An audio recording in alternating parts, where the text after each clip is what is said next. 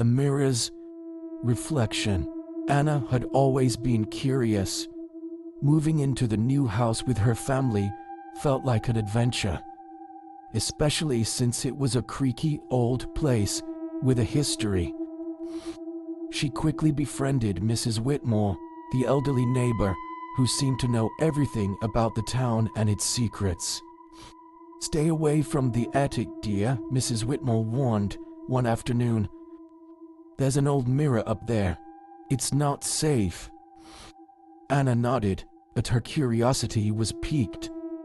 What could be so dangerous about a mirror? Mrs. Whitmore had lived in the neighborhood for as long as anyone could remember. Despite her age, she never seemed to look very old. In fact, in the old photographs Anna had seen in her home, Mrs. Whitmore looked almost the same in most of them, her face barely touched by time.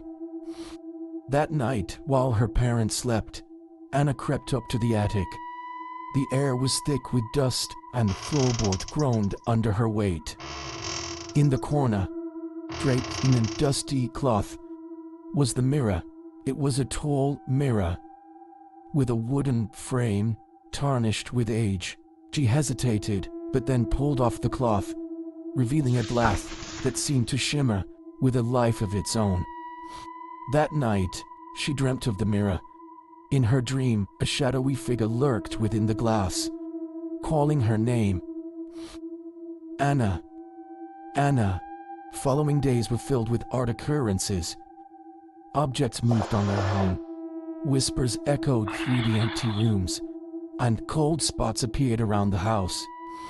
Anna couldn't shake the feeling that she was being watched. One night, the whispers grew louder, luring her once again to the attic.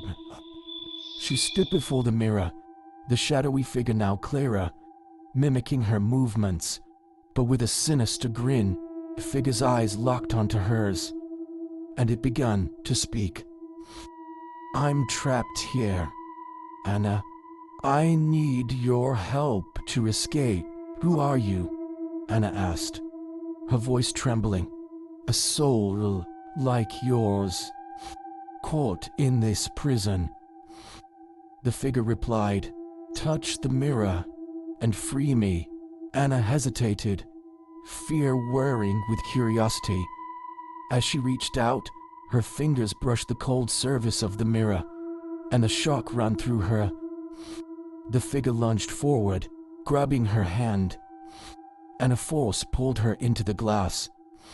She screamed, feeling herself being sucked into darkness. From within the mirror, Anna watched in horror as the shadowy figure stepped out. Now wearing her face, Mrs. Whitmore burst into the attic, eyes wide with shock. She approached the mirror, her expression filled with apparent sorrow.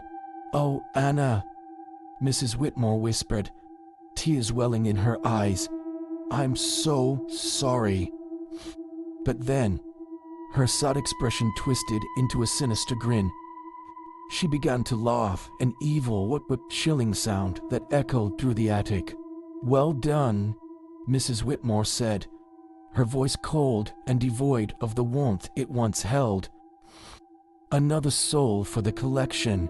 New Anna smirked, stepping closer to Mrs. Whitmore. "How many more do we need?" "Just a few," Mrs. Whitmore replied.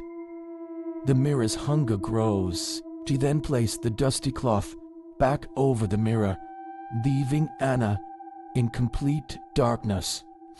Trapped in the mirror, the real Anna pounded on the glass, her screams silent and unheard.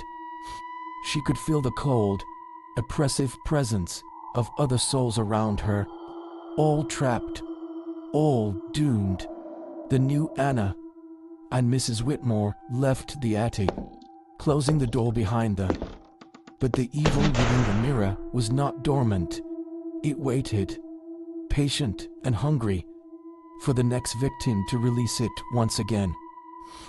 And now, Anna knew the truth. Mrs. Whitmore had kept herself unnaturally youthful by feeding souls to the mirror, exchanging their life for her own.